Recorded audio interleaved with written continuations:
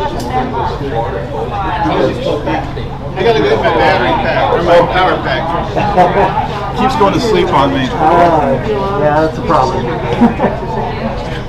That's what I did have a problem. There's one section of the students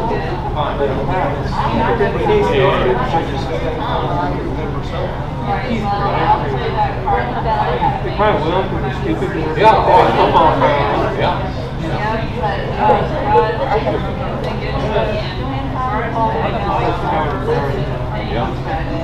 And is running into it at school. All parents, a lot of parents are complaining about what's going on at school, what they really want to do.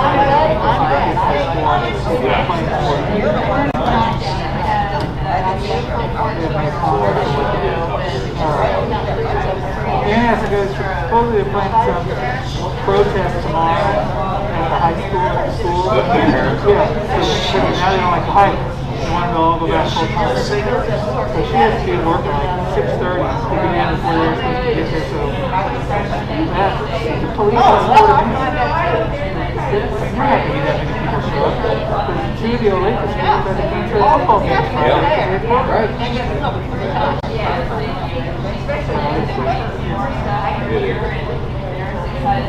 And how convenient that Johnson County numbers are basically cut in half. I don't know how that is. Well, wouldn't you think that there would, I can see that there would be variations in reporting from state to state, but wouldn't you think that all the counties within a state would have to be following the same guidelines?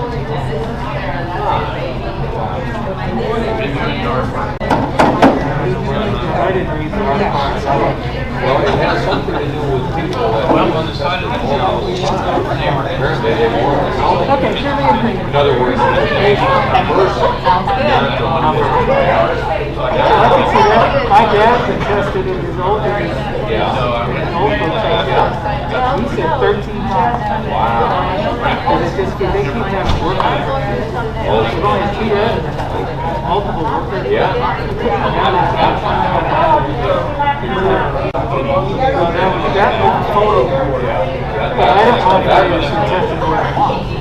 Well, like people that work in the facility, every day. well, or at least a couple times a week.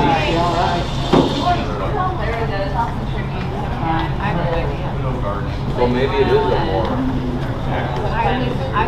Good morning, everybody. Welcome to our Bible study. And today it's not so much Bible study, but as a people study, maybe. Today is a National Faith and Blue weekend, or part of the weekend. And if you were in worship, you already heard me say a little bit about this, but I'll repeat it. Faith and Blue weekend is it's an initiative brought about by a pastor in Atlanta, I believe, to basically get people in the church and people in law enforcement talking together for the purpose of growing closer to one another, understanding each other better, and having a good dialogue concerning issues with law enforcement, etc., in our community, and so that we do it in respectful ways and in ways which are non-destructive, etc. And we had invited a couple of law enforcement persons to come and worship with us. We could pray over them today, but they were both busy elsewhere. One of them, in fact, is on duty this morning. So, but we thought we could still have some conversations and look at some of the resources that and ideas that were out there. And Cecil took this on wholeheartedly, and so he's going to be leading our discussion today. I'll be his tech person. So if something doesn't go right on the screen, don't blame Cecil, blame the tech guy. So, all right. But first of all, Cecil would like you to see a short video here to introduce Faith and Blue Weekend. So, and then I'll turn it over to Cecil.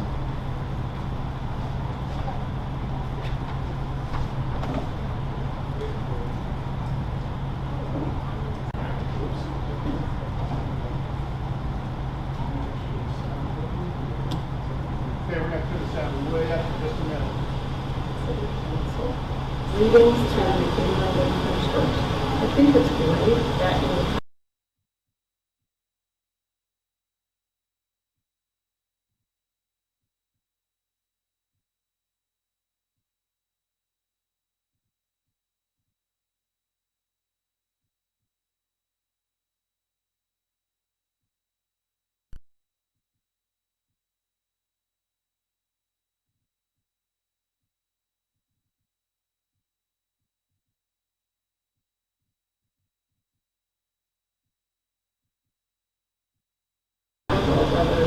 police department towards prosecuting those that have truly broken our laws. Those efforts really undermine our safety here in America. So in Olathe, we support our police department, we support our fire department, our first responders, and we certainly support our district attorney, Steve Howe, as he prosecutes those who truly have broken laws. We all want to be equal under the law. That means that the law is applied the same to each of us. And it helps us when it's carried out in a fair and just manner. So in Olathe, what do? We invest in our police department. We know that our police department utilizes extensive training that's effective to help them know how to de-escalate situations. Further, we are investing in new headquarters for our police so that they have the room that they need to carry out their duties. So what do we get in return when we invest in our police and fire departments? We get lower crime rates. We also get lower insurance rates, because when we're effective in carrying out the duties of those departments, the community rating system is improved for each of us. The other things that we get are a family-friendly city, and that's attractive, and it's useful then when we're trying to attract businesses to Olathe, because they see that we are an efficiently run city and one that abides by the law so that their businesses can be protected. It's very unfortunate for those cities who are allowing businesses to be destroyed in the name of social justice. That's not an effective way to address the problems that some perceive that we have. Now, many people are asking these days, how does the police department interface with the mental health system? And in Olathe, we were on the cutting edge as far back as even 2013 when we had our first mental health co-responder. And that means a mental health professional who would ride along with the Olathe police on those calls that they thought and that they had information may have a mental health need. We've actually added a second person, a second mental health co-responder, and we are creating, as we speak even, a mental health unit within our police department. That way, when those are the needs that our police are confronted with, we have people who are skilled in responding, and it helps our police use their time more effectively, and even more, it helps that individual get the help that they need when mental health issues are at the crux of the problem. So I think there's some very positive things taking place in that realm. Some of the questions that Cecil raised had to do with bordering and homelessness. And the police do interface on those issues because people are not allowed to just camp. There are certain areas where it's allowed. And so what happens when the police interface with those situations, they do their best to provide the resources that are needed. For example, steer those people towards Catholic Charities or the Salvation Army. There is a homeless shelter in Lenexa at this time. So our police provide a list of resources to individuals who are facing those tough times. There are food pantries in Olathe. A number of churches participate in food pantries. I believe that type of information is also provided to those individuals. So we do our best to get the information to those in need. There are also numerous stories about Olathe police officers paying out of their own pocket for a night in a hotel for someone who is in need. So those are, I believe, excellent examples of how our police, in a very positive way, interface with the Olathians. And I believe Cecil's provided you information with a number of programs that police have, for example, fishing with the cop, hockey with the cop, and so forth. In Olathe, we use our school resource officers in our school buildings because that allows younger people to interface with police in a positive manner, so they see that officer on a regular basis in their school buildings. So we see that as a very positive thing to do in our community. I think to close, I will indicate that we're a faith community, and certainly Jesus is the Lord of my life, and very important for me to reflect my faith as it is for you all. How can we be helpful? We can bring our police department in, all of our leaders, city leaders, state, federal leaders, but also can we be helping them? What I've heard directly from one police officer is in recent months, so many meals have been provided to them at their police headquarters. Any efforts like that, I think, are much appreciated. I'd love to bake cookies, but I don't get to do that very often. Maybe some of you all could do that. But let's continue to be salt and light in the city of Olathe. Be salt and light towards our police, our fire, and to those around us. Loving our neighbors, we love ourselves. Thank you, Cecil, for your efforts, and I hope this is helpful.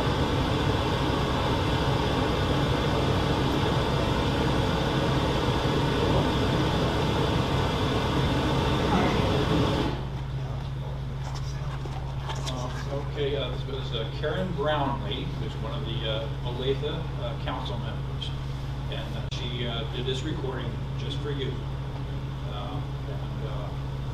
I thought it was pretty neat.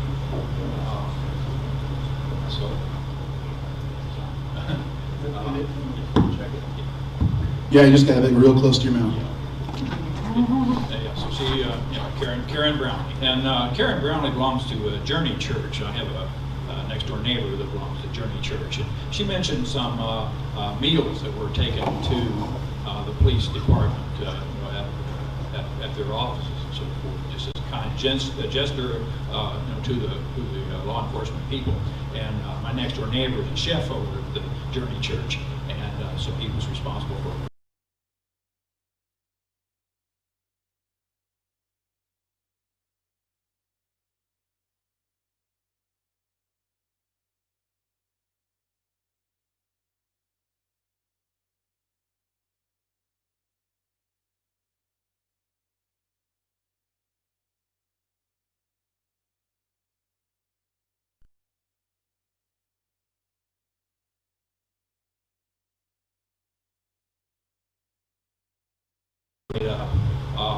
as she mentioned, I have kind of interest in the homeless kind of deal, how law enforcement and people can kind of connect together to work some homeless kinds of things.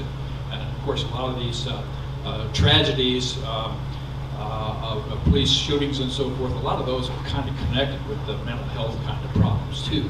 And so that works out. So anyway, I made up the questions, and then I couldn't find a competent actor to answer the questions on video, but you get what you got. So. Okay, here we go.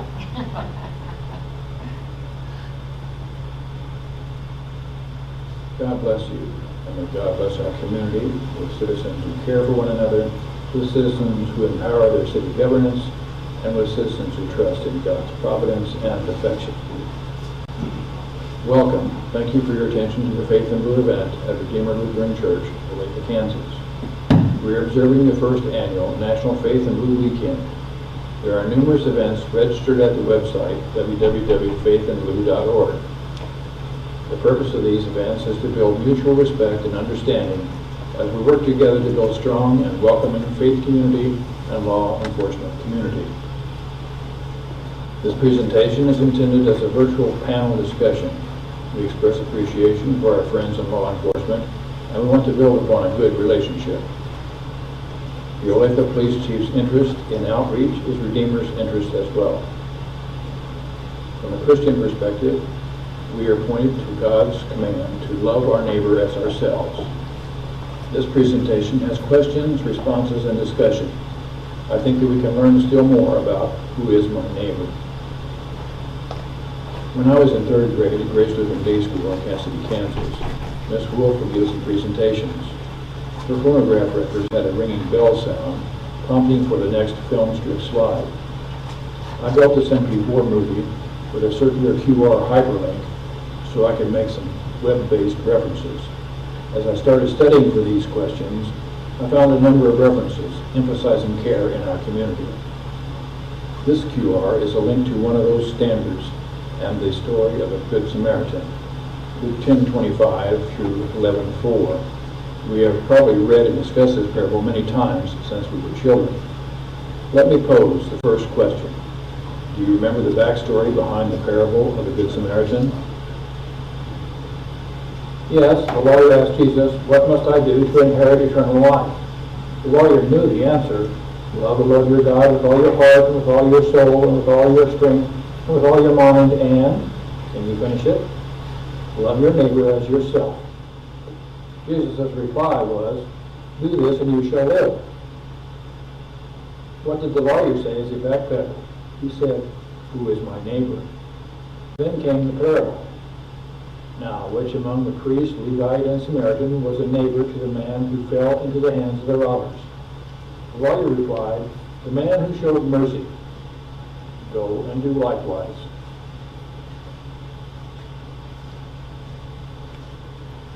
As I look for a good answer to the next question, I noticed an interesting way to have the Olathe Chief of Police participate in our virtual panel discussion. He has some very great answers. So here is the second question. For Faith and Blue Weekend, we are looking to facilitate outreach. Isn't outreach something that the police department already does?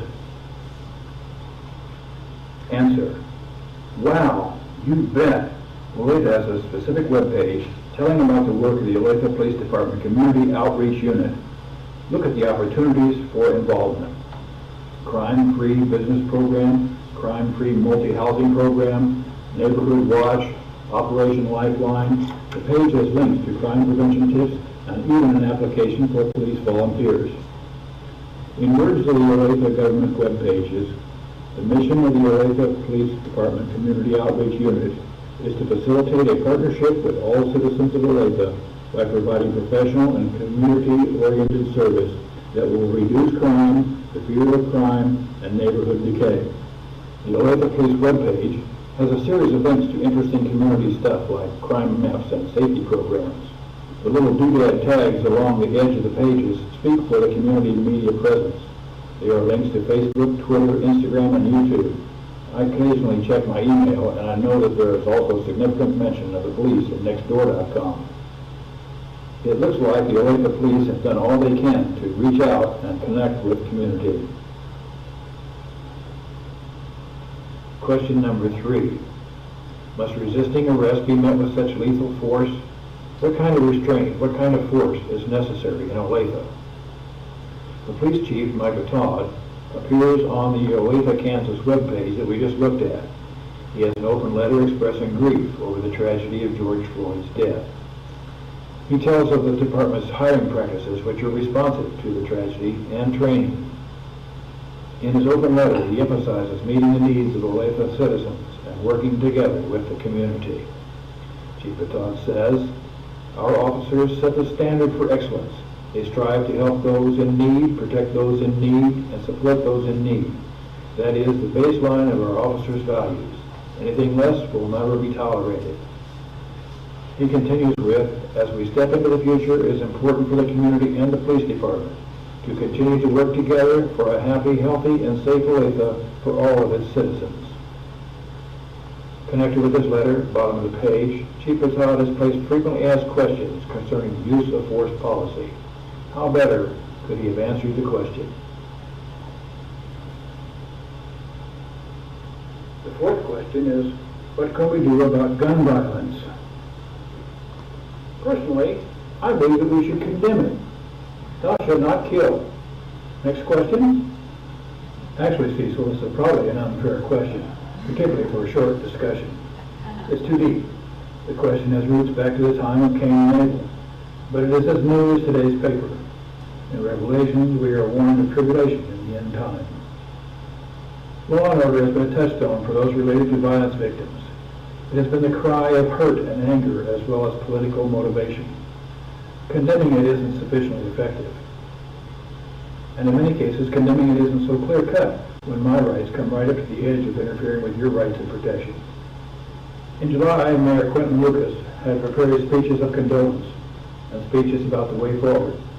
The mayor expressed his astonishment by the increase of violent crime.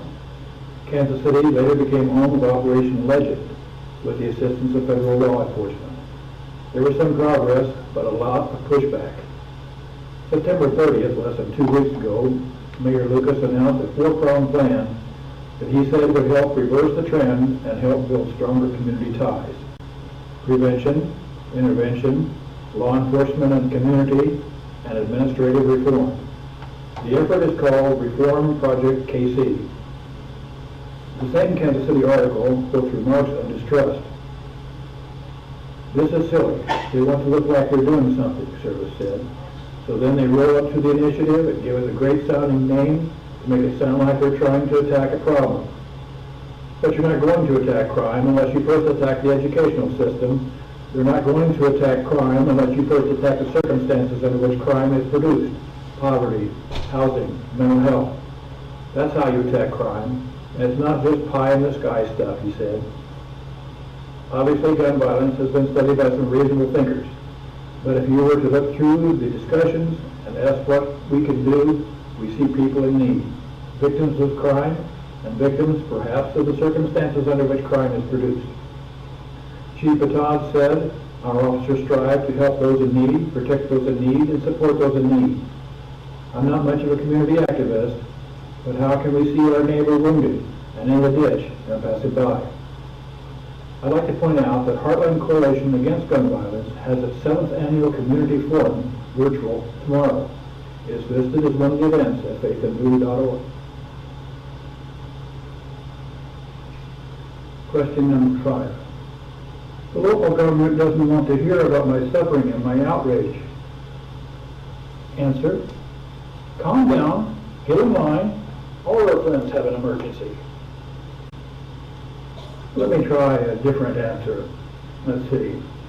How many TV interviews end with, I just want my voice heard? Organizers have learned that marches are effective. Not only is there louder voice, but there is more co-opted engagement and bravery in our cohorts. At Jericho, there was the pretense of a tremendous army. The people heard the call to action, and the power of God was displayed.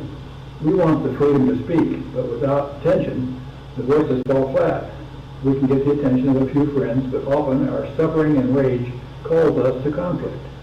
Conflict with the way things were, and conflict with those who won't make things better right now. Where do the protesters go for redress of their hurt? Often it is government, the people's representative in law and justice and budget. The following article tells of the voices from the community being limited by bandwidth and resources.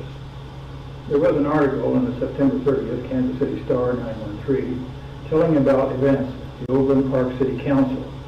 Council members expressed interest in hearing the concerns, but insertions in the city broadcast by unskilled communicators wanting to air grievances not in the council's purview burst the ability of the council to listen and to moderate the broadcast.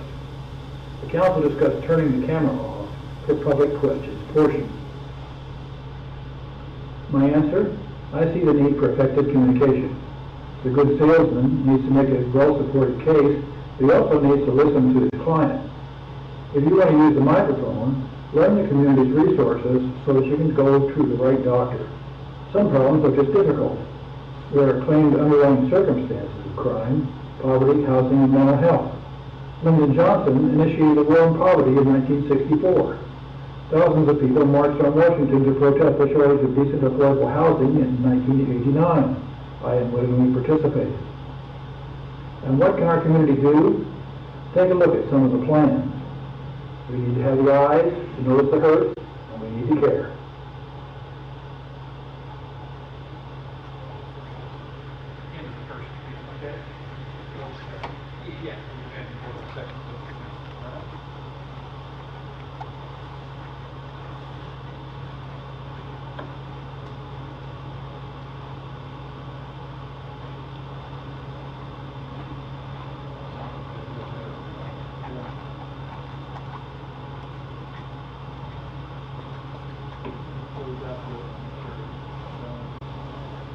And we get this question in from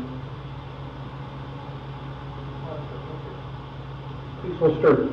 Number 6, what rules are there against camping in Olathe sidewalks and sleeping in parked cars? How is that enforced? What resources are needed to support the enforcement job? We get the answer from Council Member Karen Brownlee. Camping is prohibited in or on public lands except where posted or by written permission of the director in designated areas approved by the Parks and Recreation Department. Olathe also has an obstructing streets or sidewalks ordinance which could be applicable. Sleeping in vehicles in itself is lawful, but depending upon the location of the vehicle, permission from property owners, etc., or could be applicable to loitering. There are other potential case-by-case issues, for example, running vehicles and children left unattended. The Olathe Police Department utilizes the homeless hotline as well as transportation services such as Artists Helping the Homeless for transportation to numerous shelters on the metro area with a goal in mind to address more long-term solutions as opposed to multiple police contacts with the same individuals. Number 7, question, how do police help the newly evicted? How about those newly released from incarceration? Is a landlord negotiation option reviewed? What facilities are arranged for housing, etc.? Is there more than a list of phone numbers to call? Answer. The services described in the questions above fall outside the scope of law enforcement. The Olathe Police Department maintains a resource sheet which helps link people with the resources needed. The categories are broken down into 5 categories: food, shelter, clothing, hygiene, and health care, and provide different community groups programs offering the specific resource. Question number 8. Are there mental health and drug abuse professionals on the police team? How do police respond to suicide prevention calls? How can citizens be prepared? Answer. Some prepared folks carry a card with a 24-hour suicide prevention hotline number right on it. They often give the card away. I've also seen tiny placards with the number on bulletin boards and recently on a restaurant tabletop. Fox 4 interviewed the Olathe Police Department and asked some of these same questions. Their internet report was posted 29 July. It was titled, More Mental Health Co-Responders Joining Johnson County Law Enforcement. Police said that in a mental health crisis you could call 911, but they said that a better option would be to call Olathe 24-hour hotline directly. According to the Olathe News 913 to October 2020, after a pilot program was begun in 2011, the Johnson County Mental Health Center now has 12 co-responder positions serving 12 law enforcement agencies and the Gardner-Edgerton School District. The Overland Park Police Department got a 3rd co-responder September 17th. Per Councilman Karen Brownlee, the Olathe Police Department currently has 2 mental health co-responders jointly employed by the Johnson County Mental Health Department and the Olathe Police Department. Olathe police officers are trained in crisis intervention, which assists in recognizing situations involving a mental health or drug abuse element. The Olathe Police Department was a pioneering agency in the Midwest region for the Mental Health Co-Responder Program, which partners mental health professionals and law enforcement. A licensed mental health professional responds to calls for service with Olathe police officers when mental health intervention is needed. Services include assisting to calm an individual who is in distress, assessing the need for immediate mental health intervention, such as hospitalization, and providing information about mental health resources available in the community. The Olathe Police Department is a strong practitioner of One Mind campaign, which seeks to ensure successful interaction between police officers and persons affected by mental illness. I read a Kansas City Star article September 28th entitled "Military Suicide Up as Much as 20% in COVID Era." Another article October 2nd is titled "As Suicides Rise, Army Looks to Faith and Connection." This article tells that the Department of Defense is focusing on connections to address its growing health problems and continues with discussion of the importance of chaplains. As far as being prepared, I guess we would always be watchful for neighbors in distress and share with them how valuable they are in our own eyes and in God's. Question number 9. How can I help moderate police response when mental health is part of the call to police? Answer is provided by Olathe councilperson Karen Brownlee. Police response is dependent upon demonstrated behavior. Moderation should be in the form of information. Most information police have prior to responding to a call for service, the better equipped officers will be. It is important to provide dispatch with any information such as diagnosis or potential triggers for an individual. And we can catch the flip side of the same question. How can we reduce the flight or fight fear of arrest and its tragic consequences? What are remedies for resisting arrest by walking or running away? And Council Member Karen Brownlee's response for that is compliance with verbal instructions without the need for force is the goal of every officer and is safest for everyone involved. Incidents rising to the level of any force, such as obstructing arrest, are stressful and in most cases rapidly evolving and preventable with compliance. Question number 10. Is there a racial hatred problem in Olathe? What can we do? Answer. I doubt Olathe hatred statistics can be kept, but acting on racial hatred has been caught and Olathe heads hang low. A racial hate crime with conviction occurred in Olathe in 2018. 2 men were killed, misidentified as Iranian. The history of hate crimes worldwide is deplorable. They should be condemned. But do we demonstrate hate ourselves? We want our law enforcement people to de-escalate, but we must learn to de-escalate as well. I think that is part of love one another. Then maybe the police won't need to be called for our demonstration of power. Gentle response to situations calls for our attention to body language, to raise voices, and to trigger speech. These can be interpreted as hate, and we can work on it. Horrible instances across the world have pained us. I need not recount them for you now. The massacre at Tree of Life Synagogue caught my heart. On the radio, I heard the pain in a speech by Mayor Bill Peduto in Pittsburgh. I also heard of his reflection a year later, where he said that hate speech leads to hate action. Bill Moyers wrote an article telling what we might do. He wrote an article I'd like to share as my answer to the question. The article is Talking Back to Hate Speech Explained. Faith and Blue Weekend was designed to initiate events placing law enforcement servants in presence of faith community servants. Success is not for the one weekend.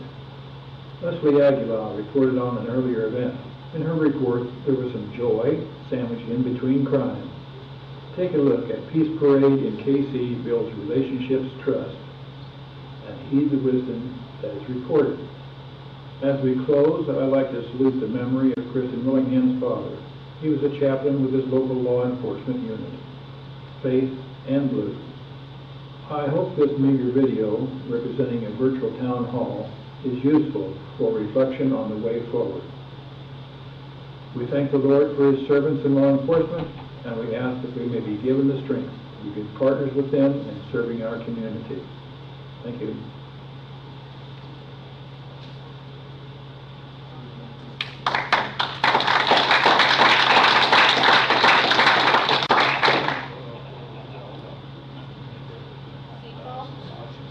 Yes. Is this online that can be shared with other people, or do you have to I'm hoping that it will be soon.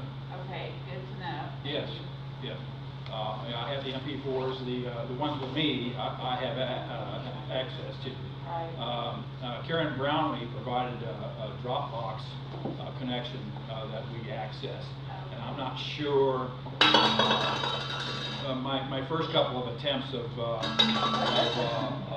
broadcasting the address, the URL address, didn't seem to work. You know, I'm able to access it, but I need to figure out how to do that. But for my MP4s, yeah, I want to make that cool. So, I think it would be nice to share with others. What's that? It just seems like it would be nice to be able to share it with others. Well, yes, it's yes. Thank you, thank you. We'll have them up on the YouTube page early this week. The pastor was suggesting if we put that up on the YouTube page, it'd be right beside that.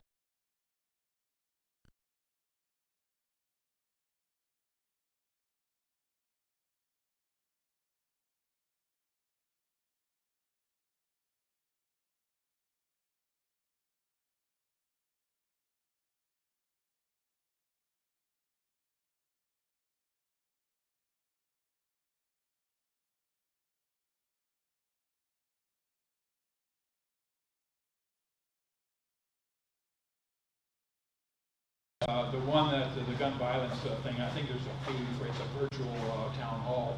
Mayor Lucas is one of the speakers on that too. That'd be pretty interesting.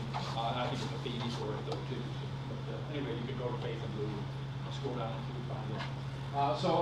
Those little QRs that I put there are links to interesting pages, so that you don't have to type in some long URL as you're watching the movie.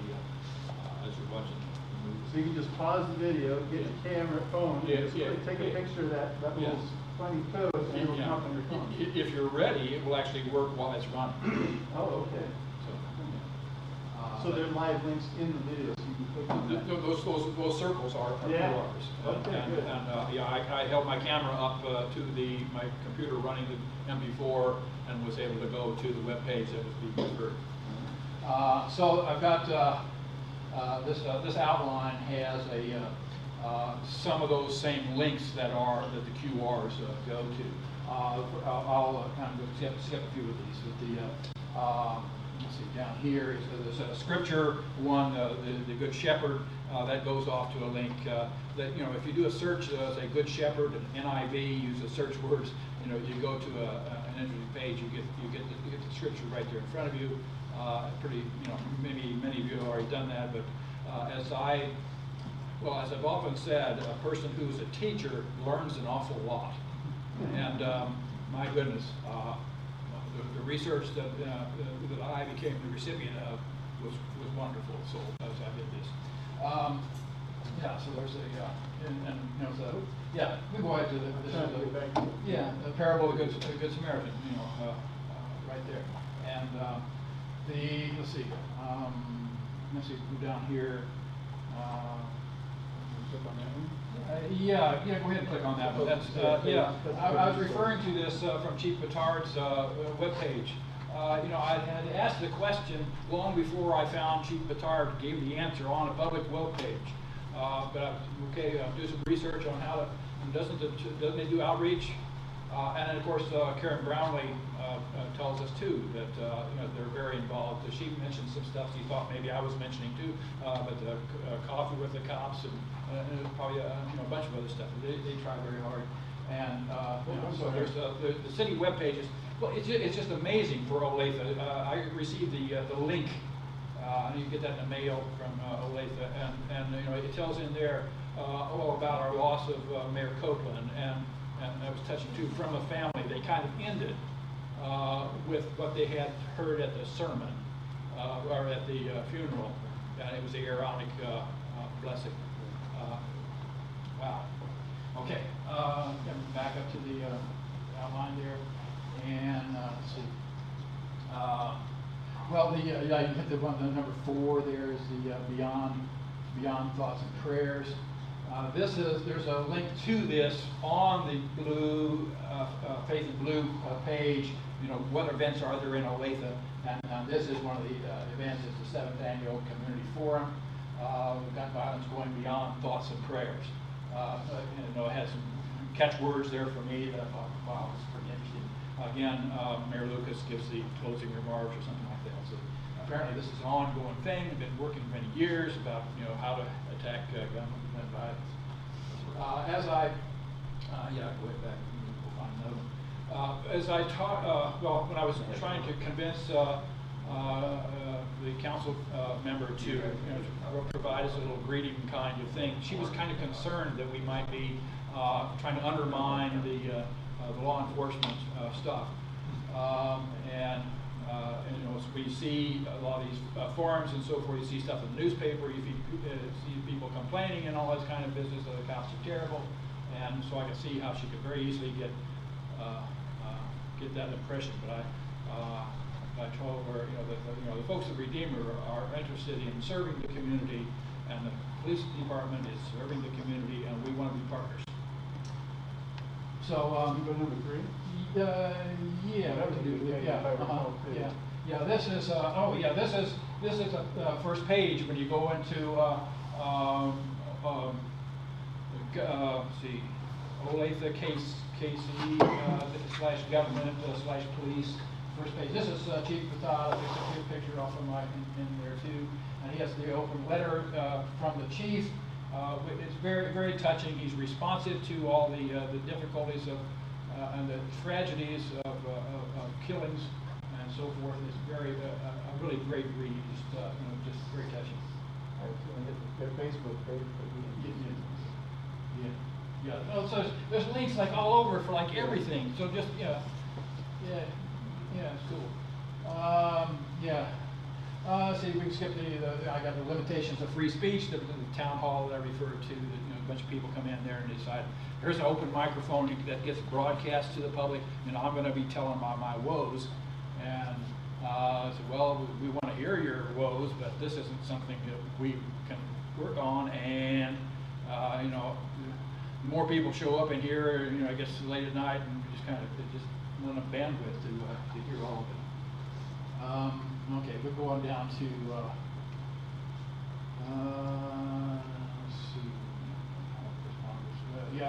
the number 8 there, go ahead and hit that one. So this is the article on mental health responders. So I'm kind of interested in that. Got friends that had difficulty with the law and mental health sometimes kind of behind some of that. And, guys who get out of jail, police bring them to Olathe and okay, here you go, you're out.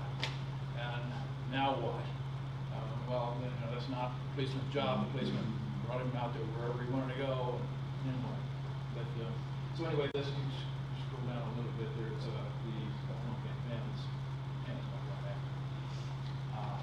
So some of the articles telling about responders and so forth. Basically, the interview that I would have done with a policeman, saying, how about mental health? What does police do?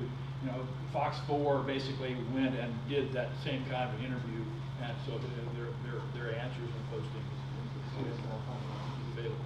Yeah. Suicide hotlines. Yeah. There we go. Mm-hmm. Yeah, those are apparently like national ones or something. The two, but there is it's a Kansas City one too on the police department's webpage. Okay. Okay, go down to number 10.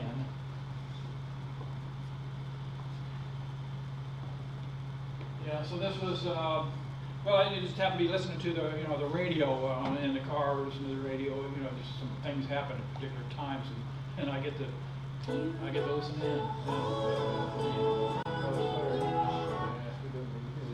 It might be a little bit of that, I guess. You want to listen to it? You can do a little bit of it, I guess. Okay. 1 year since the Tree of Life synagogue shooting. Pittsburgh Mayor Bill Peduto was one of many at the scene that day. And today we asked him his thoughts as the city gets ready to remember the lives lost. On October 27, 2018, Mayor Bill Peduto was one of the first people to get the call. The there was a shooting inside the Tree of Life Synagogue. He says 1 year later, the pain from that day is still very real. The Jewish community, Squirrel Hill community, is still in mourning. There hasn't been enough time to heal. In the days and weeks after the shooting, Pittsburgh showed how a city pulls together to support each other. I wish it didn't take something so horrific to be able to display that type of kindness, but it's good to know that in the darkest times there is light. And as the community comes together 1 year later to remember, Mayor Peduto says this weekend is about those we lost and the road to healing. This year is really just a reflection on the 11 people whose lives were stolen from them.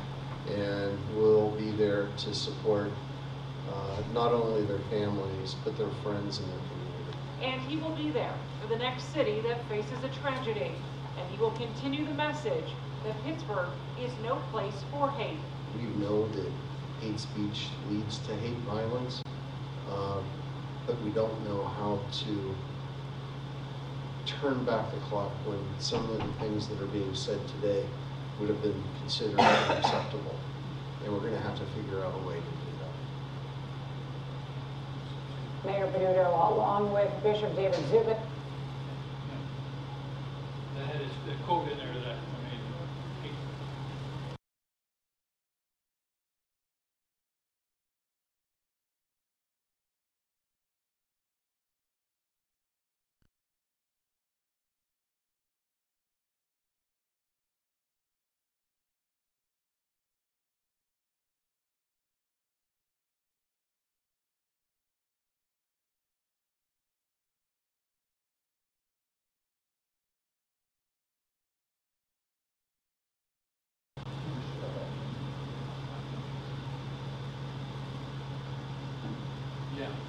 this was a particularly interesting article because it came out about the time.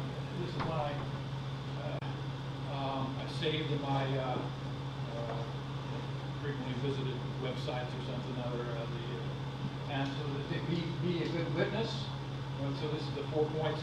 I put the little 4 points on that one slide, but these are the how to be a good responder, to be a good witness. Speak out and don't escalate, and then be an ally and find a safe place. I think we use our fifth one or something and learn more. So it's some research that can be done.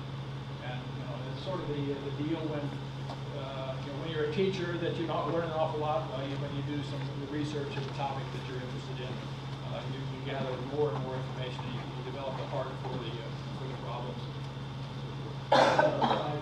Yeah. Okay. Let's do the last one too. I'd like to do that last one. Great. It's an example of an event. The Faith in Blue had called for let's do some events, and well, I don't think we want to do big parades or all those kinds of things. So we just kind of make it simple with the coronavirus and so forth. There'll probably be an ad we have to bear through too. So go ahead and open that. But this is an example event, and I'd like for you to listen to what some of the people have to say, and is there some hints in there as to what it is that we can do in our community? It's not the kind of event that I would see Redeemer pulling off, but there is some real logic in it. More power. More fun.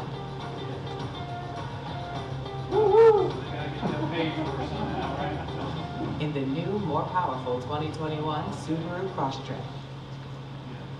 And while some people were at work making Kansas City more dangerous, others were putting in work to change that. Today was the first of what's expected to become a yearly event, the Kansas City Peace Parade. KCTV5's Leslie Aguilar was there as hundreds of families came together to have fun and grow as a community. Hundreds of families from all over Kansas City gathered in Chris Harris Park for a one-of-a-kind event. And we have invited people from every neighborhood, every gang affiliation, every organization, drill teams from all over. We want to bring them to one place and show Kansas City that we can come together and not have any trouble. A peace parade of ATV tricks and joyful dancing brought smiles to children and parents. Event organizer Demario Gray hopes this event sparks a change in the community. And everybody thinks that they got to go against each other, but we don't. His troubled past led him to believe the key to fixing Kansas City's violent crime epidemic lies with the children. Raising a child takes a village. He says more people need to step up and be mentors and father figures, give kids positive things to do so they don't turn to crime, and speak up when a child starts going down the wrong path. You see kids doing wrong, tell them it's not okay to have a gun. It's okay to have a book. It's okay to get an education. It's not okay to go to jail. As that peace rally was getting underway, KCPD was responding to 85th and Woodland for the city's latest homicide. Police agree it will take community involvement to keep this from happening again.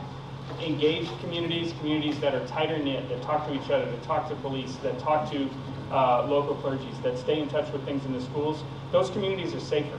As family of the latest homicide victim mourned in the street, this gathering of people look toward the future with hope. We're going to stop the violence. We're going to get out here in our streets and prevent this by any means. Yes, coming together, that's what we need. It's one step to getting started. If it's just for one day that we coming together and it's keeping somebody from doing something negative, then that's a plus. In Kansas City, Leslie Aguilar, KCTV 5 News. Yeah.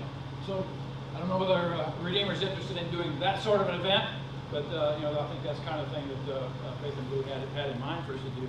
But